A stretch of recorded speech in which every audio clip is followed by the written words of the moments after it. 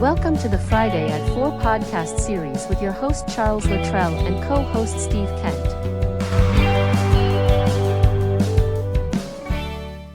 Steve, welcome back to Friday at 4. How are you, buddy? Doing well, Chuck. How are you? Hanging in there, man. Another great week, man. We have a guest again this week. All right. Nice. Welcome, Yeah. John.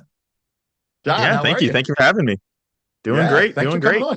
Good stuff. Yeah, glad you could join us. I think you go like the format. I like, what we put together here and how we're rolling with things. It's a good way we do things to get everybody Mhm. involved in the podcast. We want to get more guests on, and that's the whole idea behind this is to get a whole collab around a topic. We Mhm. talk about how we help people, Yep. Yep. Yeah. Absolutely. So let's go ahead and get this thing kicked off. And like one word, right, Steve? We talked about this support. Where does it come from? Who is it? Why is it? How important is support, right? Let's talk about it. So it's a great topic, by the way. And obviously it's wide open. So from my Very. experience being in the industry or in business for more than 40 years, I have experienced that no matter how good a person is, how smart they are, and whatever else, there's only 24 hours in a day, 7 days in a week. And one person can only know and do so much. Yeah. So you've heard there's no I in team, it's the team approach and all that stuff.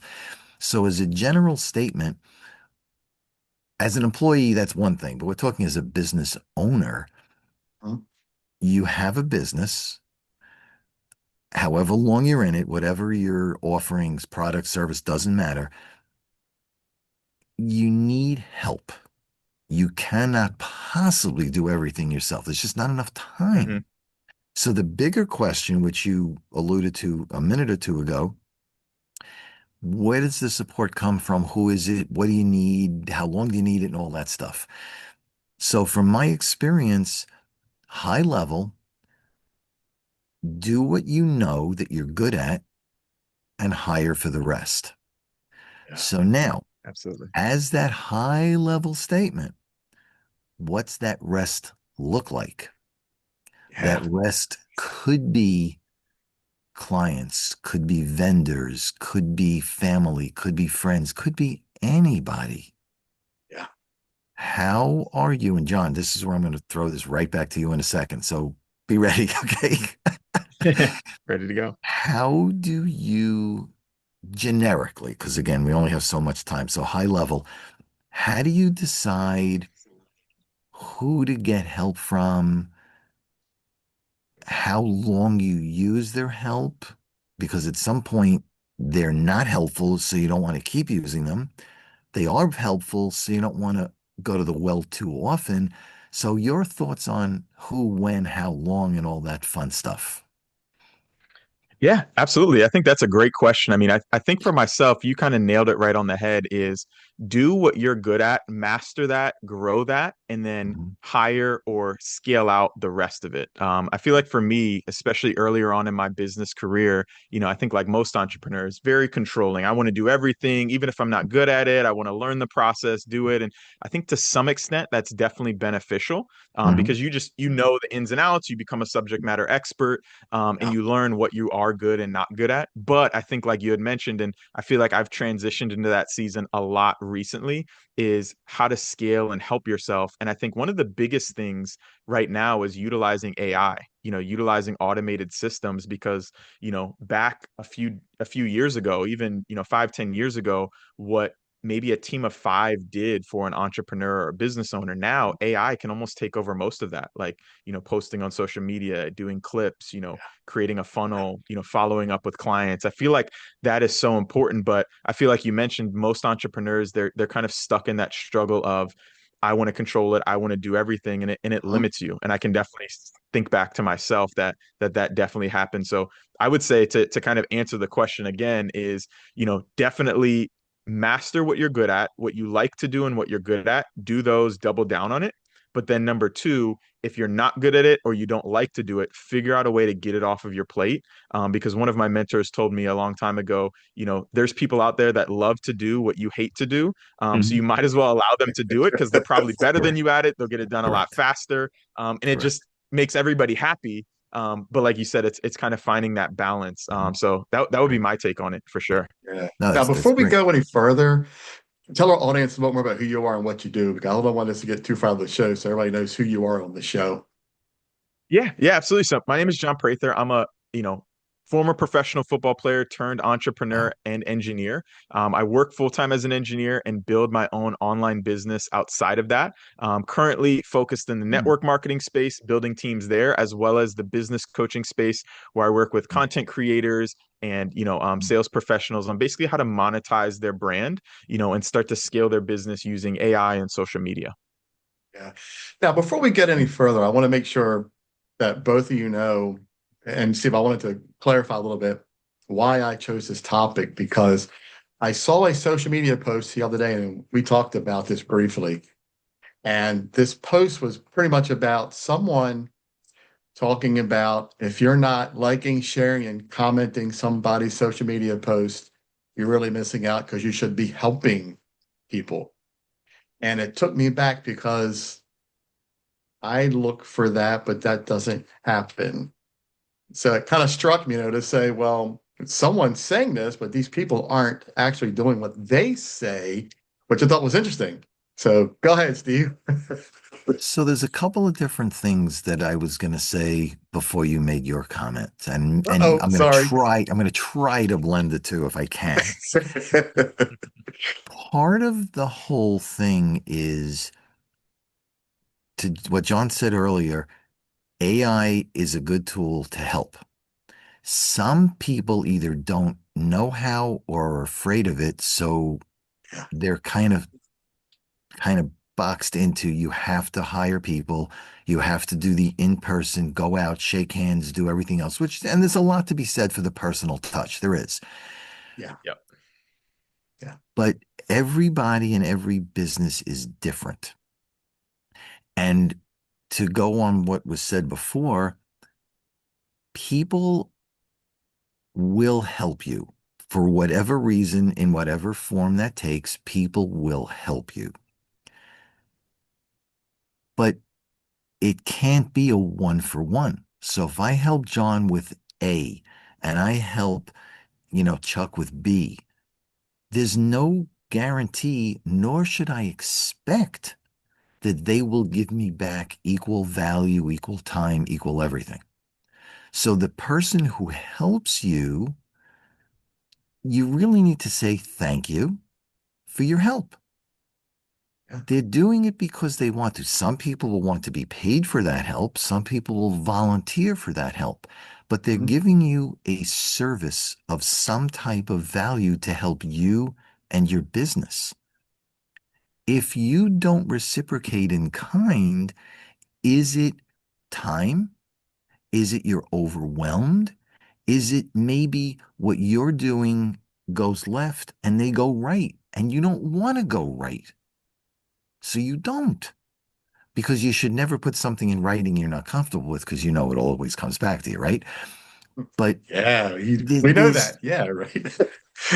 if somebody does something to help you, just say thank you. You don't have to reciprocate. Now, is it nice to? At some point, yes, but it's not a guarantee. It's not a requirement.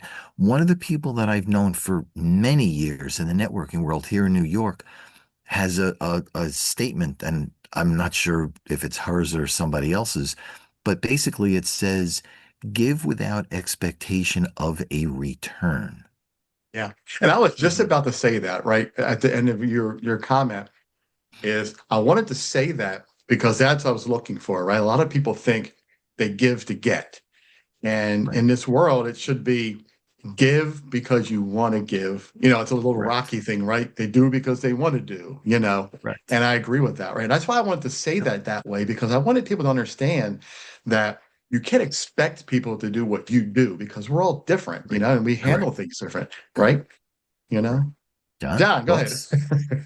Yeah, no, I think you guys knocked it right out of the park. I think that that whole mindset of, give without expecting in return, I think it kind of ties into, at least for me, with my faith, my Christian faith is, being a servant leader, being willing to serve, like you said, without expectation of return, and I think the idea is that, especially in sales or in business, if you serve enough people, eventually some of those people will pay you and they'll pay you well, especially if you're a subject matter expert. And I feel just like you said, just like you guys had mentioned, I think most entrepreneurs, I mean, most of us, again, to be honest, we all get started for the money in some way, shape, or form. We want to Sure. start our own business so that we can have Hmm. extra income or, start, full time. And, it is a little bit of a money grab in the beginning because you want to make more money, you want to expand your opportunities. But I feel like, again, especially looking back on my journey, when I made that transition to being inwardly focused to outwardly focused, looking to sow more seeds to help more people, by osmosis as a byproduct, it started to generate more leads, more clients, more Hmm. money, because I took my eyes off of myself. And I feel, as you guys mentioned, when entrepreneurs get to that point, it's a game changer, and it's definitely super helpful. Yeah. And real quick, Steve, what I want to do is start with you first and go to John, then myself. I want to know, what is your top three where you think the areas of help should come from for your business? Does that make sense? Does that question make It sense? does. No, it What do you does. what It do you does. look for? Yeah, right. Because it's Um, interesting, right? I'm curious to know what your take is on it. it's a good um question that you just hit me with. Okay. Thank you. Right. Um, Thanks, Chuck. Here we yeah, go. see, John's okay. He's got time to think about this. I'm on the spot. Okay. Yeah, I'll go Um, second. so I would look for industry experts because to me they could add a lot of value. Mhm. Um, I would probably look for um, maybe the competition if they could Oh, look at what are they doing right, what are they doing wrong, mhm, and try to mirror or not mirror what they're doing. mhm. Um, I would probably, and this may sound bad, I would stay away from friends and family because if they don't have it, the skill, the expertise, the drive you do, they're not going to give you good information. And you But it's took a so little bit of a it's comment I was going to make after John was done. I was going to talk about no, that. Yeah, yeah. you're right. Um, Yeah. that's really my top two. I don't know if I have a third. It's industry experts, it's competition. Um, that I mean, to me, they're off the top. Those are the top two that I would go for. I don't want to just blow out a third, just to say it. Just the Those would be same. my Yeah. top two that I would strive first for. Yeah. John, what you got? Yeah, I know. I think Steve, I think you just hit it right out of the park. You took the words right out of my mouth. I think Sorry. the top one I was gonna say was definitely mentors or again Mhm. industry experts, people who Correct. have done what you're looking to do. Again, I remember earlier on in my business career, one of my mentors, he kind of set me aside and he said, "Hey, if you're looking to be successful in any arena, you want to do two things. You want to find somebody who's been there and done that, who knows what they're doing, an Hmm. industry expert, and then you want to find somebody in that category who's willing to help you because there's a lot of Correct. industry experts, there's a lot of YouTube gurus that you can't necessarily verify whether Hmm. they're legit or not, Yeah. but if they're willing to sit down and help you, that can get you most of the way there. So definitely mentors, Mhm. industry experts.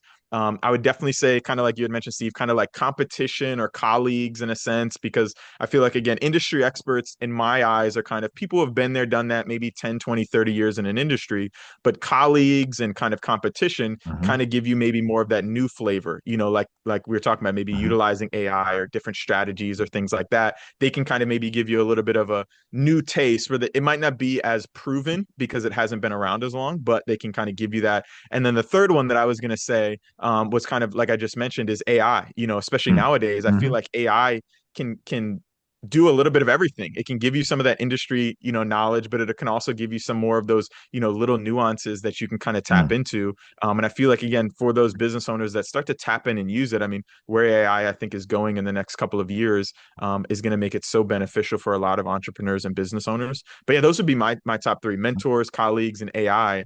Can really kind of give you some of that good footing moving forward in your business for support. Yeah. Chuck, I like it. Yeah. Chuck. I thought about this briefly. because I just thought this question, I didn't have to answer it either. But I think the way I want to answer it is I think number one, AI, because it has helped me tremendously with what I'm doing with my podcast, with my show, and with potential clients. So number one definitely is AI. Number two for me would be my potential clients, right? Because they know their industry. Mhm. And since my industry is so niched, that I think that's where I would need to get that information. Mhm. And the third would be my past and hopefully current people who are on the podcast because they know their industry. They know what they're talking about. So I can use that to bounce and help create my next show, my next episode, right?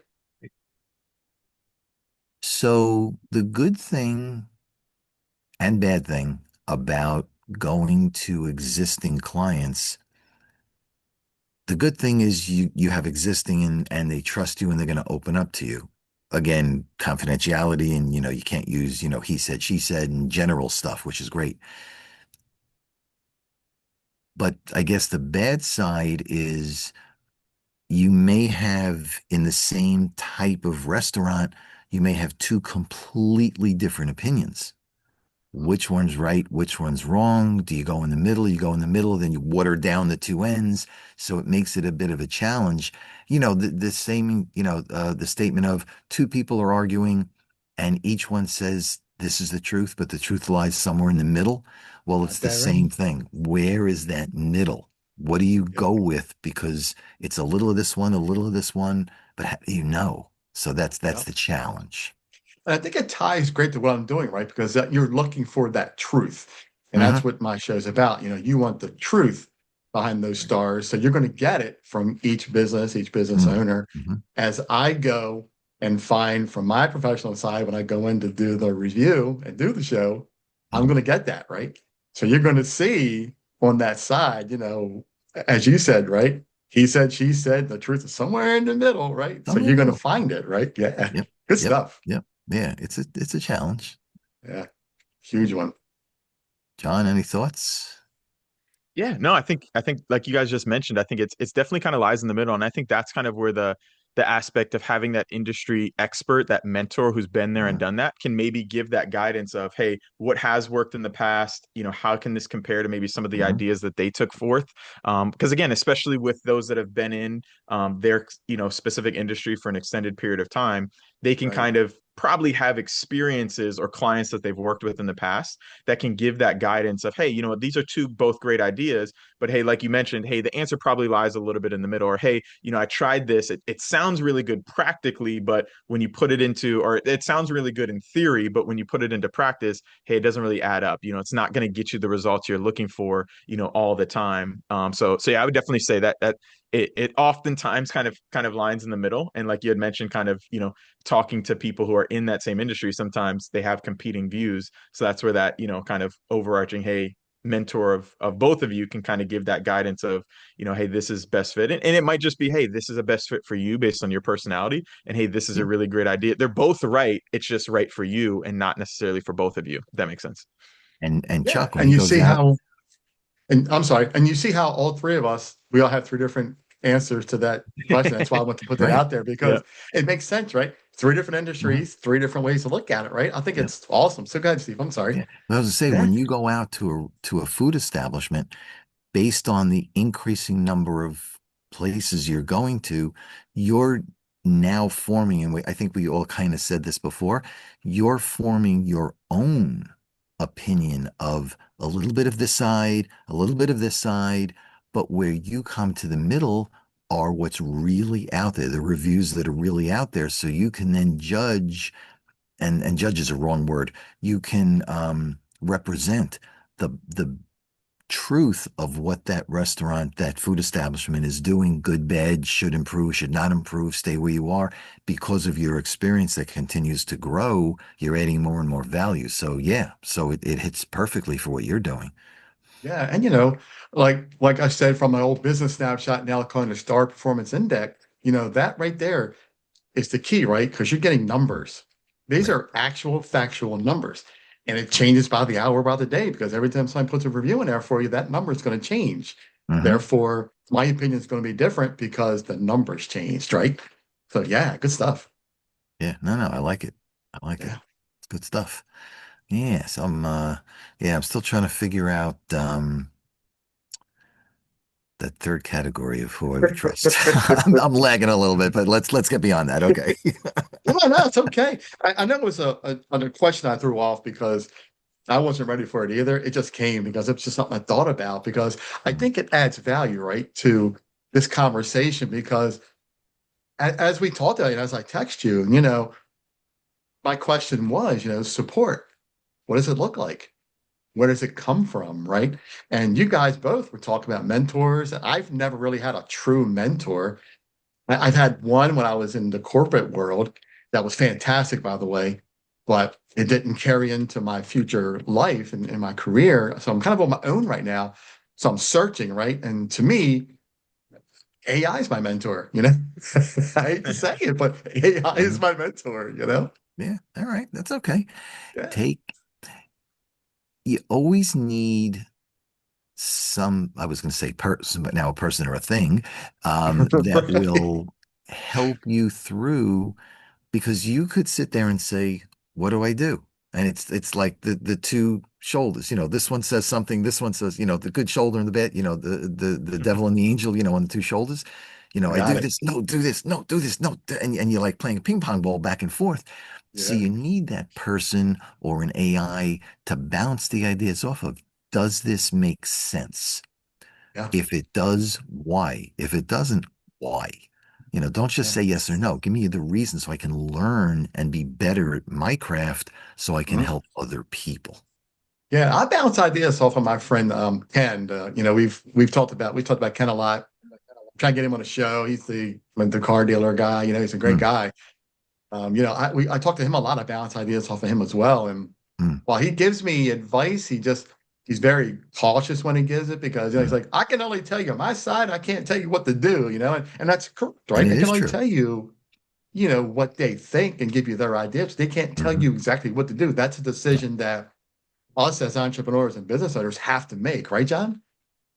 Yeah, yeah, absolutely. And I think kind of like you guys were mentioning, one of the things that popped into my mind when it comes to activating that mentorship, whether it's AI or a person, is it's also about the quality of the questions that you ask. Mm, The better questions you ask, the better answers that you get. One of the things that, I always sit down with some of my clients on or people that are on my team in network marketing is, I remember one of the sayings is, if you share a lie, you'll get counseled on a lie. And yep. if you aren't fully honest or you're kind of withholding certain information, ultimately the person that's going to hurt the most is you as the business owner. Yep. Because especially if you're talking to whether it be AI or a person who's your Mm, mentor, they can only help you so much based on the information that they have. And I think Yeah. AI, a perfect example is AI because I think most people, the better quality prompts that you give AI and the more follow up, like you were mentioning, Steve, of diving deeper and not just, high level information, but like, hey, why is this the reason? What can I do better?